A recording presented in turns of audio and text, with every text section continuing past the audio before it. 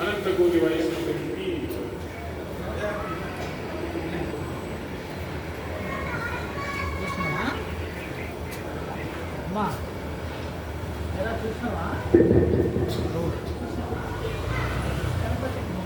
प्रभु जी का परिचय करवा लोगों को। दीपक प्रभु अरे जरूर लोगों को समझ में आए कि 1-2 मिनट बात करें। अगले बार हम लोग 1-2 श्लोक से शुरू करेंगे। ये देवी जी इससे मेरा नाम है। अच्छा हमारे बच्चे होते हैं। संक्षिप्त है। अच्छा हरे कृष्ण। समय आ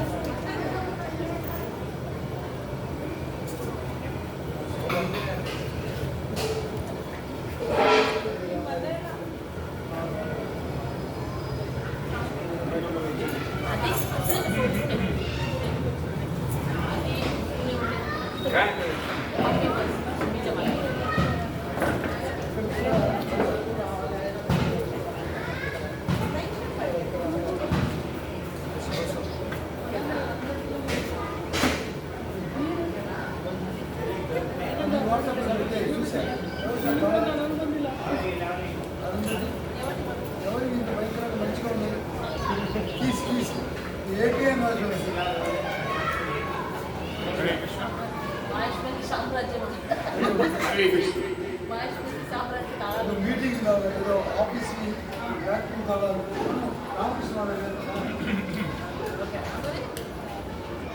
हरे कृष्ण। हैबिट्स के द्वारा हरे कृष्ण।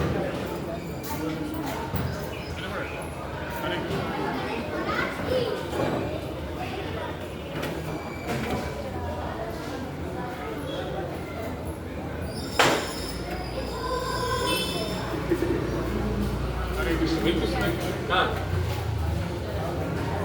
నేను ఇస్కాన్ హ్యాబిట్స్ ద్వారా వచ్చాను ఇక్కడ. నా పేరు పద్మనాభ. నా పరిచయం ఎందుకంటే ప్రస్తుతం ఇస్కాన్లో माइक थोड़ा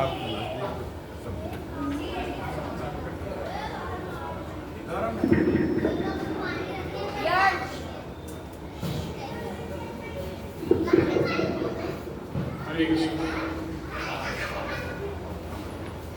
हरे कृष्ण। देख रहे हो उतना।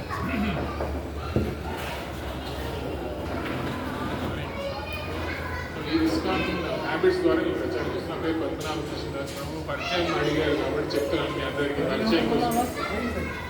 మేము భగవద్గీత ఇలాగే ప్రచారం చేస్తున్నాం. ఎందుకంటే ఇంకా డీటెయిల్స్ కలిసి ప్రభుకి అడిగింది నా గురించి. సో మనం ప్రభు ఇక్కడ ఆహ్వానించడం జరిగింది.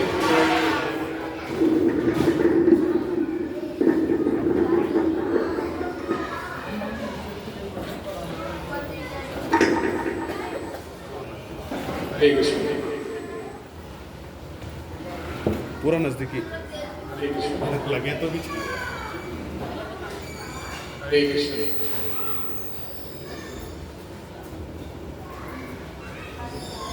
ఇస్కాన్ హ్యాబిట్స్ వారి ఆధ్వర్యంలో నేను ఇక్కడ పూజీ ఆహ్వానం మేరకు ఆయన ఆహ్వానించబడింది దీపక్ కులకర్ణి గారు. ప్రతి వారం కూడా భగవద్గీత క్లాసుల గురించి జరగవచ్చని ప్రభుజీ చెప్పారు. అందరు ఇక్కడ అందరూ ప్రతి వారం ఓకేనా? మీ అందరికీ క్లాసు భగవద్గీత? హరే కృష్ణ.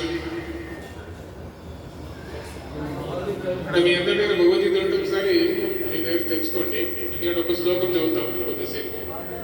రోజు ఎవరి సమయం చాలా తక్కువ, ప్రతిరోజు ఈ సమయంలో ఆరతి తర్వాత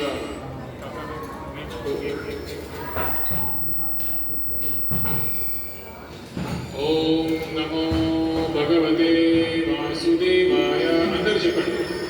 ఓం నమో భగవతే వాసుదేవాయ. ఓం నమో భగవతే వాసుదేవాయ. ఓం నమో భగవతే వాసుదేవాయ. ఓం నమో భగవతే వాసుదేవాయ. ఓం నమో భగవతే వాసుదేవాయ. ఓం నమో భగవతే వాసుదేవాయ. ఓం నమో భగవతే వాసుదేవాయ. ఓం నమో భగవతే వాసుదేవాయ. ఓం నమో భగవతే వాసుదేవాయ. భగవద్గీత 9వ అధ్యాయం 34వ శ్లోకం. చాలా అంటే ఈ ఒక్క శ్లోకమే మన భగవద్గీతలో రిపీట్ అయింది, 2 సార్లు చెప్పబడింది. దయచేసి అందరూ గుర్తుపెట్టుకోండి. మన్మనాభవ మద్భక్తో మధ్యాజీ మాం నమస్కురు. చెప్పగలరా? మన్మనాభక్తో మధ్యాజీ మాం నమస్కురు. మన్మనాభవ మద్భక్తో మధ్యాజీ మాం నమస్కురు. మన్మనాభక్తో మధ్యాజీ మాం నమస్కురు. మామే వైశసి యుక్తైవ మాత్మానం మత్పరాయణ.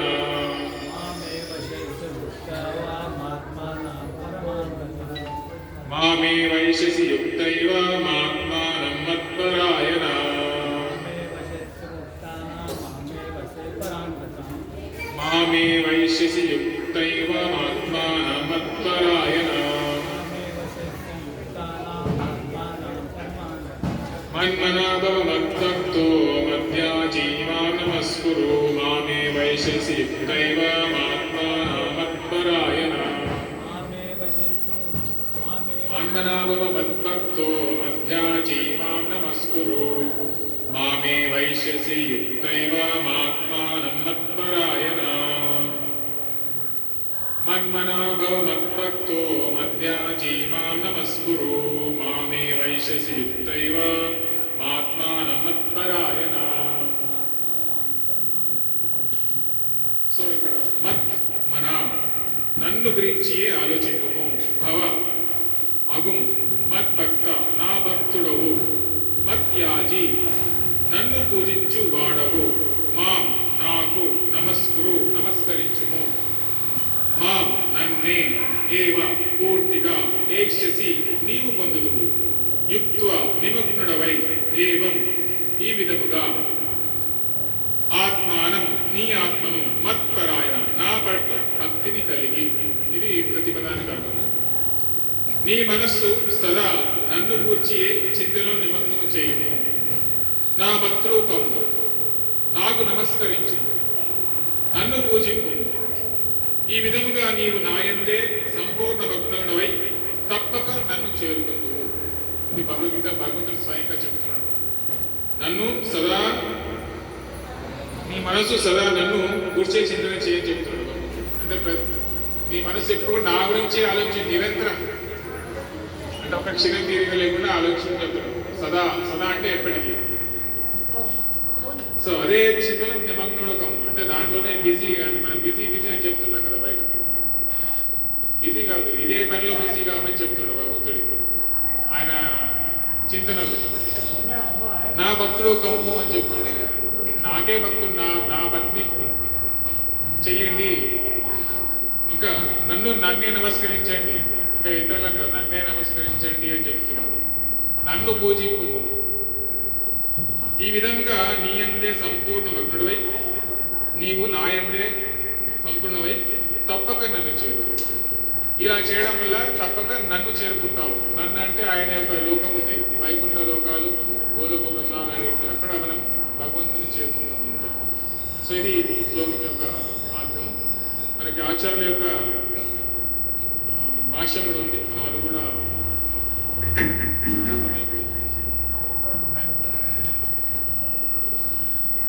కలుషితమైన ఈ జగత్తు బంధముల నుండి ముక్తి సాధించటకు కృష్ణ చైతన్యమే ఏకైకమైన మార్గం.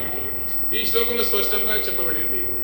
ఇక్కడ భక్తియుత సేవను దేవాది దేవుడైన శ్రీకృష్ణ భగవానునికే సమర్పించవలెనని స్పష్టంగా చెప్పబడిన దానికి కొన్నిసార్లు అప్రమాణిక గీతా వ్యాఖ్యాతలు అర్థము వక్రీకరించి చెబుతుంది. దురదృష్టవశాత్తు అట్టి వ్యాఖ్యాతలు అసాధ్యములైన విషయములను వైపునికే పాఠకుని మనస్సును మరలింతురు. శ్రీకృష్ణుని మరియు అతని మనస్సును భేదము లేదని అట్టి వ్యాఖ్యాతలు ఎరుగరు. శ్రీకృష్ణుడు పరతత్వమే గాని సామాన్య మానవుడు కాదు. శ్రీకృష్ణుడు మరియు అతని దేహమునకు అతని మనస్సుకు నడుమ ఎట్టి భేదములు ఉండవు. అవన్నీ అభేదములు మరియు సంపూర్ణములు.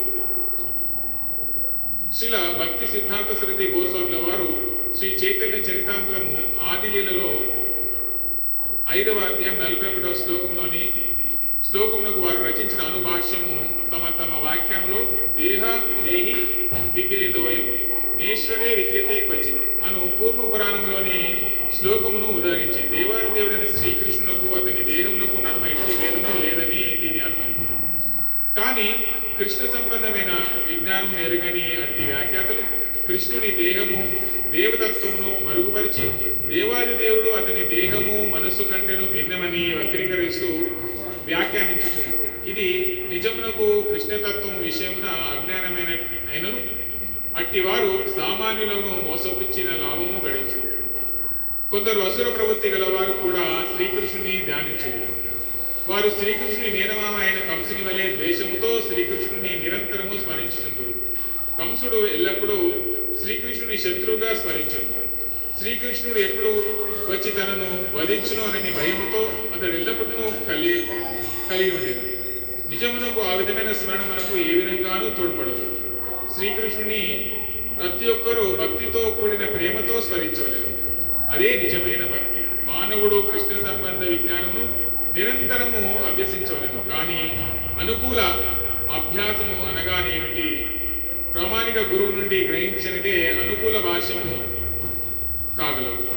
శ్రీకృష్ణుడు దేవాది దేవుడని అతని దేహము భౌతికము కాదని సచ్చిదానందమయమని మేము అనేక మార్లు వివరించి ఉంటుంది. శ్రీకృష్ణుని గూర్చిన ఇంటి వివరణ మానవుడు భక్తుడవుటకు తోడ్పడును. లేనిచో అప్రమాణికుల నుండి శ్రీకృష్ణుని మరో విధముగా అవగాహన చేసుకున్నకు వృధాయే కాగలదు. కనుకనే మానవుడు శాశ్వతము ఆద్యుడు అయిన శ్రీకృష్ణుని రూపంపైనే తన మనస్సును కేంద్రీకరించలేదు. శ్రీకృష్ణుని దేవాది దేవుడిని మనస్ఫూర్తిగా విశ్వసించి అతనిని ఆరాధించవలేదు.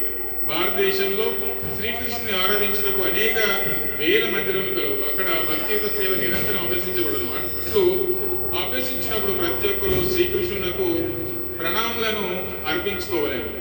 శ్రీ విగ్రహం ఎదుట శిరస్సు వంచి తన మనోవాక్యముల కర్మలన్నింటినీ భక్తిలో నెలకొల్పలేదు. దానితో అన్యచింత లేకుండా మానవుడు కృష్ణ చైతన్యంతో పరిపూర్ణముగా నెలకొనగలడు. అది అతడు కృష్ణలోకంలో పొందుటకు తోడ్పడగలడు. కనుక ఎవరునూ కపటులు అప్రామాణిక వ్యాఖ్యాతల రచనల చేత నిజమైన మార్గం నుండి వైదొలగరాదు. శ్రీకృష్ణు గురించి శ్రవణ కీర్తనలతో ఆరంభమయ్యే నవవిధ భక్తితో సేవా విధానంలో అతడు తప్పక నెలకొనగలడు. ఇట్టి శుద్ధ భక్తి యుక్త సేవయే మానవ సమాజంలో లభించిన అత్యుత్తమ వరప్రసాదం. భగవద్గీతలో 7వ 8వ అధ్యాయంలో ఊహాకల్పిత జ్ఞానము యోగము కామ్యకర్మలకు అతీతమైన శుద్ధ భక్తి సేవ స్పష్టంగా వివరించబడింది. పూర్తిగా పవిత్రులు కాని వారు భగవంతుని ఇతర తత్వములైన నిరాకార బ్రహ్మజ్యోతి మరియు పరమాత్మ వైపులకు ఆకర్షితులైనను శుద్ధ భక్తులు మాత్రము దేవాది దేవుని ప్రత్యక్ష సేవనే అంగీకరించింది. ఇతర దేవతారాధనలో నెలకొన్నటువంటి వ్యక్తి గొప్ప మందమతి. అతడు శ్రీకృష్ణ భగవానుని దివ్యానుగ్రహంలో ఎన్నటికీ సాధించలేడని స్పష్టంగా తెలుగు శ్రీకృష్ణునికి సంబంధించిన శ్లోకం ఒకటి కలదు.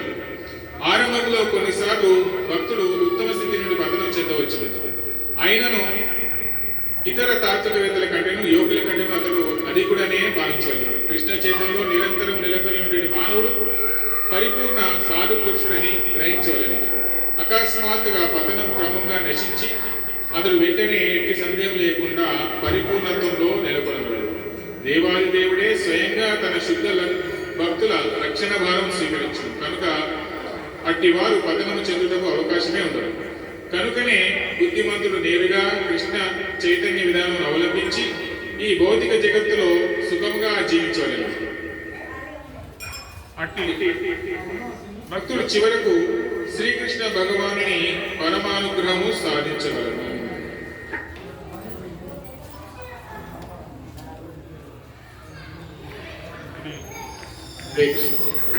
భగవద్గీత సగం అంటే 9వ అధ్యాయం, మొత్తం 18 అధ్యాయాలు ఉంటాయి.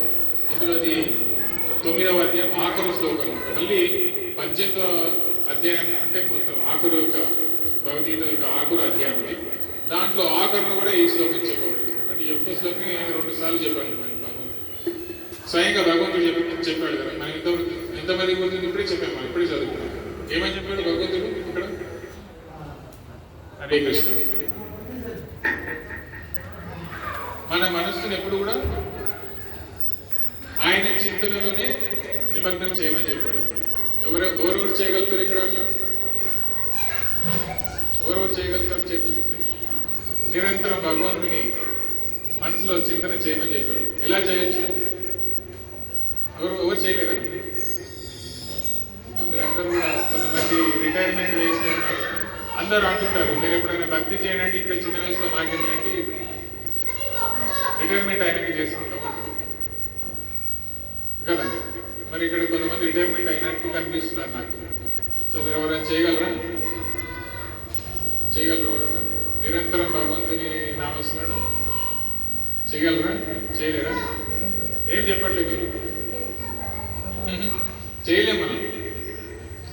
ఎందుకు చేయలేమంటే మన దగ్గర అంత భగవంతుని పట్ల మనకు అంత జ్ఞానం లేదు, ఆయన పట్ల మనకి శ్రద్ధ లేదు.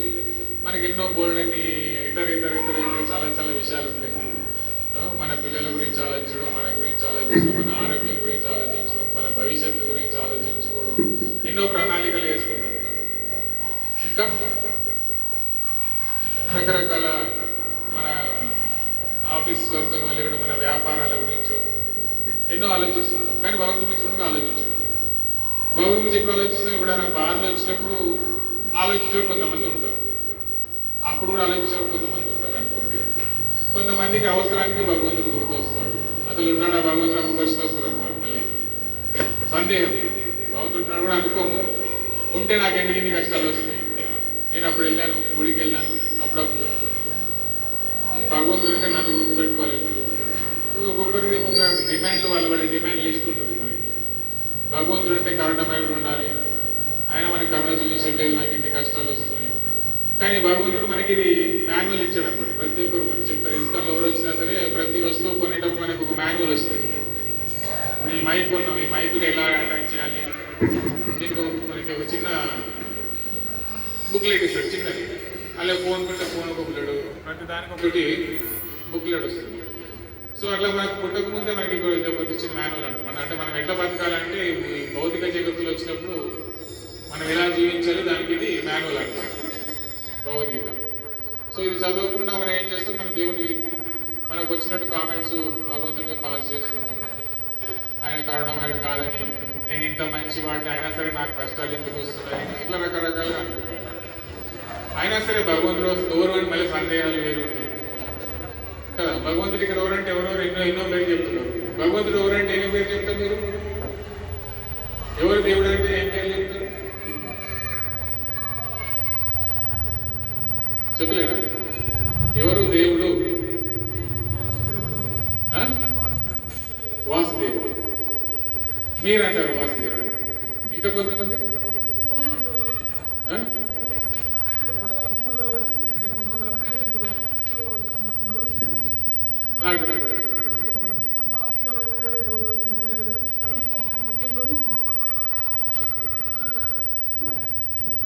ఆయన అంటున్నారు మన ఆత్మలో, మన శరీరంలో ఉండే ఆత్మ పరమాత్మ అంటున్నారా? అంతేనా? వాసుదేవుడే. సో అట్లా. సో ఇక్కడ మన గణేష్ చెప్పారు, ఈయన కూడా దేవుడే కదా. దేవుడేనా? దేవుడు. ఇంకా శివుడు, పార్వతి, దుర్గా, లక్ష్మి, లిస్ట్ పెద్ద ఉంది కదా. సో ఇక్కడ కానీ విష్ణు, నారాయణ, ఏ దేవుడు కూడా ఇట్లా చెప్పలేదు. నీకు చెప్పాడు ఎక్కడైనా గణేశుడు ఏదో పుస్తకం భగవద్గీత వచ్చి నన్నే పూజింపు, నన్నే నిరంతరం చేయను అని ఏమో చెప్పారు? చెప్పాడు ఎవరైనా? శివుడు కానీ ఏదో ఉంటే ముక్కు చూపించాడు, చెప్పాడు. ఇలాంటి భగవద్గీత ఏదైనా తీసుకొని శివగీత కానీ పార్వతీ గీత గణపతి గీత ఏదైనా ఉందా ఉంటే తీసుకురండి. సో ఇక్కడ భగవంతుడు ఒక్కడే అందరికీ. విష్ణు అంటేనే విశ్వం మొత్తం వ్యాపించున్నారు అని అర్థం. సో నారాయణ పరమాత్మ ఇక్కడ ప్రతి ఒక్కరి హృదయంలో భగవంతుడు ఉంటాడు అన్నమాట. కానీ మీరు ప్రశ్నించకపోతే మీరు మీరే డిసైడ్ అయిపోతుంటారు. కొంతమంది ఉంటారు, నాకు అక్కడ వెళ్ళి మొక్కితే అక్కడ పని అయిపోయింది, సో ఇక్కడ ఈ దేవుడు లేడండి, నాకు అక్కడే పని అయిపోయి ఆయనే నా విశ్వాసం అక్కడే ఉండిపోతుంది. కానీ అంతకంటే ముందు మీరు మంచి చేసిన పనులు మీరు మర్చిపోతారు. ఇక్కడ నారాయణని మొక్కుతుంటాడు నిరంతరం. ఒకరోజు ఏదో సడన్ గా బయటికి వెళ్ళి ఎవరినో అనుకోకుండా ఒకడు ఇక్కడ మొక్కినందుకే నాకు ఈ పని అయింది అని మనకు అటువంటి ఆలోచనలు వస్తుంటారు. కానీ భగవంతుడు అంటే పుట్టుక లేనివాడు, ఆయనే సృష్టికి పూర్వం ఉన్నాడు, సృష్టి అంతం తర్వాత ఎప్పుడు ఉండే ఆయనే భగవంతుడు. అంతేగాని 15,000 క్రితం ఒక మతం వచ్చింది, 2000 సంవత్సరాల క్రితం ఒక మతం వచ్చింది, ఇంకొక దేవుడు ఒక 200 ఏళ్ళ కింద ఒక 300 ఏళ్ళ కింద ఒక ఆయన దేవుడు వచ్చాడు బాబా అనేసి. ఇట్లా రకరకాల బాబాలు యోగులు అందరూ వస్తుంటారు అన్నమాట. 100 ఏళ్లకు ప్రతిసారి వస్తుంటారు. ఇంకా ఇప్పటికీ చాలా మంది ఉన్నారు. ఇంకా 2000 ఏళ్ళ కింద ఒక ఆయన హిమాలయంలో ఒక బాబాజీ ఉన్నాడు అనేసి. సో ఇట్లా రకరకాల బాబాజీలు దేవుళ్ళు బాబాలు అందరూ వస్తుంటారు. కానీ వాళ్ళెవరు కూడా ఇట్లా పుస్తకంలో నిరంతరాన్ని పూజించు, నన్నే చింతన చేయి, ఇలాంటి శ్లోకాలు కూడా ఎవరు చెప్పారు. ఇంకా మీ మొదలు ఇంకా చాలా ప్లేస్ ఉంది. ఒకటి శ్లోకం మనకి సమయం లేదు, మనకు అంత చర్చించుకునే ఓపిక కూడా లేదు. సో మనం ఓపికండి ఇంట్లో నిరంతరం చదువుకుంటే మీ సందేహాలన్నీ తీరుతుంటాయి. సో అందుకని ప్రతి ఒక్కరు కూడా ప్రతిరోజు భగవద్గీత చదవడం అలవాటు చేసుకోండి. ప్రతి ఒక్కరు ఇది నా యొక్క విజ్ఞప్తి, ఇది మీకే మంచిది అన్నమాట. ప్రతి వ్యక్తి ఒకటి చదవాలి. ఎలాగంటే ఇప్పుడు ఇక్కడ మనకి ప్రసాదాలు ఏర్పాటు చేశారు కదా. ఇప్పుడు ప్రసాదం నేను తింటే మీకు కడుపు నిండుతుందా? తింటుంది. ఈయన తింటే మీకు నిండుతుంది, మీ పొట్ట నిండు. మీకు రుచి కూడా ఆస్వాదన. ఆయన తింటాడు గులాబ్ జామున్, మీకు రుచి తెలుస్తుందా? తెలియదు. కానీ ప్రతి ఒక్కరు మీరు తింటేనే మీకు రుచి తెలుస్తుంది, మీరు తింటేనే మీ పొట్ట నిండుతుంది, మీ ఆకలి తీరుతుంది, మీకు తృప్తి కలుగుతుంది. సో అదేవిధంగా భగవద్గీత కూడా నేను చదివితే నాకు తృప్తి కలుగుతుంది, మీరు చదివితే మీకు తృప్తి కలుగుతుంది. సో అట్లా ప్రతి ఒక్కరు కూడా ఎవరిది వాళ్ళు చదవాలి. ఎవరిది వాళ్ళు మీకు ఒకవేళ చదువు రాకపోతే పక్కన ఎవరైనా చదివించుకోండి. లేకపోతే ఎవరైనా ప్రామాణికమైన గురువు, ఇందాక మనకి ప్రభుపాద వారి భాష్యం చెప్పడం జరిగింది ఇక్కడ. సో కృష్ణుని ఎట్లా అంటే అవైష్ణవుల ముఖం ద్వారా వినకూడదు. అవైష్ణవులు అంటే ఇప్పుడు ఒక పాము ఎంగిల్ చేశాను, పాలు తాగుతారు ఎవరైనా? పాము ఎంగిల్ చేసిపోయింది పాలు. అలాగే ఎవరైతే వైష్ణవుడు కాదో వారి ద్వారా ఈ భగవద్గీతను వినకూడదు అన్నమాట. భగవన్నామం గురించి కానీ భగవంతుని గురించి వినకూడదు. ఎందుకు గురించి అంటే అది సర్పోచ్చిష్టం అన్నమాట. అంటే పాము ఎంగిలి వంటిది. సో వాళ్ళ యొక్క భక్తి అనేది ఉండదు, వాళ్ళు కమర్షియల్గా చెప్పవచ్చు, వాళ్ళు భగవంతుని ప్రేమ అనేది ఉండదు. ఏదో చెప్పాలి, భగవద్గీతకున్న విలువని వాళ్ళు ఆపాదించుకుంటారు అన్నమాట. అంటే ఇప్పుడు మీకు భగవద్గీత పట్ల గౌరవం ఉంది, ఆయన ఏం చేస్తారంటే ఇక్కడ ఈ భగవద్గీత చెప్తే వింటారు కాబట్టి భగవద్గీత చెప్తాడు. కానీ ఆయన భగవద్గీత మీద విశ్వాసం ఉండదు, ఆయన భగవద్గీత పైన విశ్వాసం ఉండదు, కానీ చెప్తాడు. ఎందుకు చెప్తాడు? ఇక్కడ భగవద్గీతను గౌరవించే వాళ్ళు అందరూ ఉన్నారు కాబట్టి చెబుతాడు. కానీ భగవద్గీత మీద విశ్వాసం ఉంది, భగవద్గీతనే తన జీవిత లక్ష్యంగా భావించి అటువంటి వారు శ్రద్ధావంతులైన వారు చెప్తే వినాలి. వైష్ణవ తిలకం ఉండాలి, వైష్ణవుడు అయి ఉండాలి. సో అట్లా అంటే మనకి చాలా లాభం చేకూరుస్తుంది. ఆ పవిత్రత అనేది మనకు కూడా వస్తుంది అనమాట. వారి యొక్క చైతన్యం అనేది మన పుస్తకాలు చాలా ప్రయోగాలు ఉన్నాయి. ఇప్పుడు మనకు అవన్నీ చర్చించేందుకు మనం నిరంతరం క్లాసులు, మనకి భౌతిక క్లాసులు పెట్టుకుంటే మీకు అన్నీ అర్థమవుతుంటాయి. ఏదో ఒక 15 నిమిషాలు మనం ఇలా చేసినంత మాత్రాన అంతగా మనం లాభాన్ని పొందలేము. అయినా సరే మీకు ఎంతో కొంత లాభం అయిపోతుంది. భగవంతుని గురించి ఎంతో కొంత చర్చించాం కాబట్టి ప్రతి ఒక్కరు కూడా మనం లాభాన్ని పొందుతాం. నిరంతరం చేయాలి. యాక్చువల్గా భగవంతుడు ఇక్కడ చెప్తున్నాడు కదా, ప్రతి నిత్యం నిరంతరం పొద్దున్న నుండి సాయంత్రం వరకు భగవంతుని ఎలా స్మరించాలి? భగవద్గీతని చదవలేము. అందుగురించే కలియుగంలో చైతన్య భగవంతుడే స్వయంగా అవతరించాడు. మళ్ళీ కృష్ణుడు మళ్ళీ అవతరించాడు. తెలుసా మీ అందరికీ కదా, కృష్ణుడు మళ్ళీ అవతరించాడు జస్ట్ 600 సంవత్సరాల క్రితం బెంగాల్. ఆయనే చైతన్య మహాప్రభు. చైతన్య మహాప్రభుల వారు. ఆయన ఈ కలియుగ జనులు మన యొక్క దౌర్భాగ్యం భగవంతునికి ముందే తెలుసు కదా. మన యొక్క దౌర్భాగ్యం మనం ఎలా ఉంటామని ఆయన ముందే తెలుసు. ఇలా ఫోన్లలో వస్తాయి, వీళ్ళు నిరంతరం ఇలా పిచ్చోలేకపోతారు, రకరకాల సమస్యలు, వీళ్ళకి అసలైన విషయం పక్కన పెట్టేస్తారు. సో నిరంతరం ఎలా మనం భగవంతుని స్మరించుకోవాలి. ఈ యొక్క మహామంత్రం చెప్తే సరిపోతుంది. చైతన్య మహాప్రభు చెప్పారు, ఈ యొక్క మంత్రాన్ని ఇచ్చారు మనకి. హరే కృష్ణ కృష్ణ కృష్ణ హరే హరే, హరే రామ రామ రామ హరే హరే. ఇది చాలా సరళమైనది. ఎవరికైనా ఇబ్బంది ఉందా ఇది చెప్పడానికి? ఎవరికైనా చెప్పడానికి ఇబ్బంది ఉందా? మీరు ఇది 24 గంటలు స్మరించవచ్చు కదా, పడుకున్నప్పుడు తప్ప.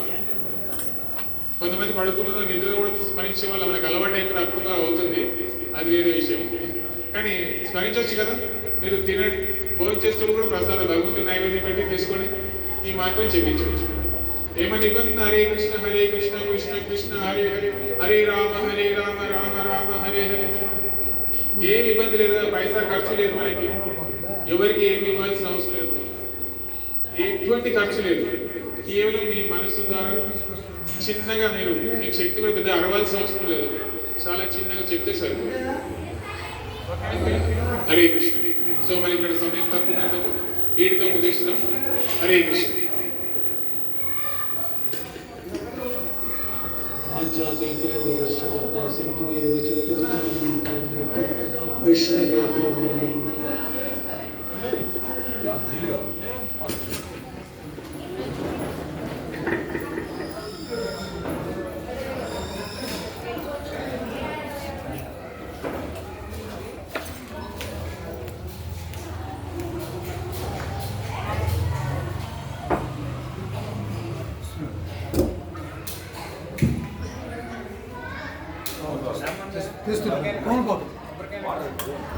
అమ్మోడు గారు ఇద్దరు కావాలా?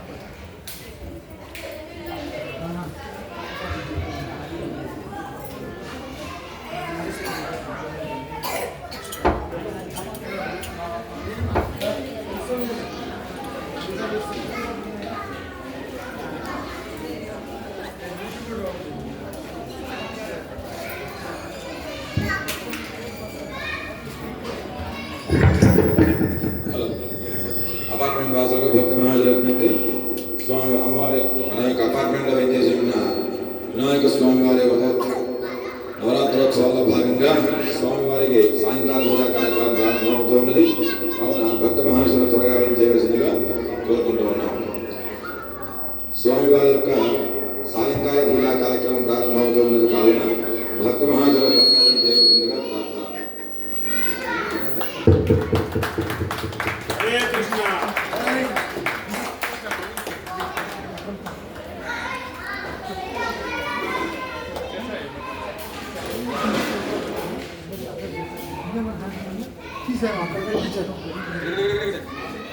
అక్కడ ముందర ఉందేమో, అక్కడ ఉంది.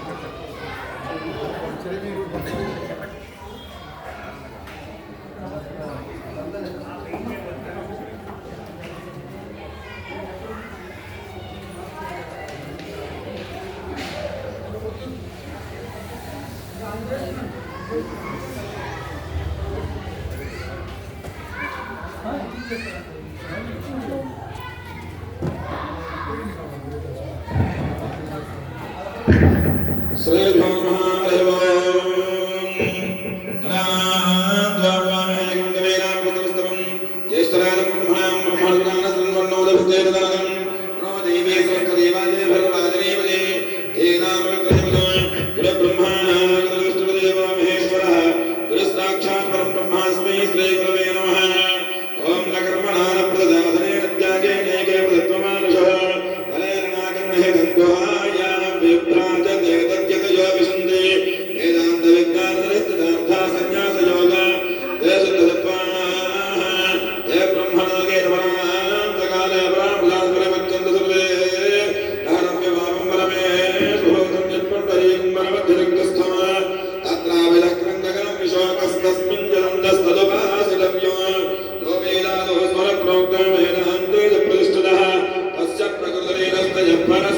महेश्वरः जगद्गुरु श्री आदिशंकराचार्य स्वामी देवताभ्यो नमः हरे ओम नमः पार्वतीपतये हर हर महादेव हर विश्वनामरूपाभ्यां या देवी सर्वमंगला तया सुमंगलानुराजवतो देवमंगला नागी साध्या सुमंगल सर्वार्थानामवक्रमे यम्नत्राकृतकृत्या सुस्तं नमामि गिराजनमे अचिन्त्या व्यक्तरूपाः निर्गुणाय गुणात्मने समस्त जगदाधारमूर्तये ब्रह्मणे नमः शुक्लाम्बरधरं विष्णुर्भुजं गङ्गवदनं ध्याये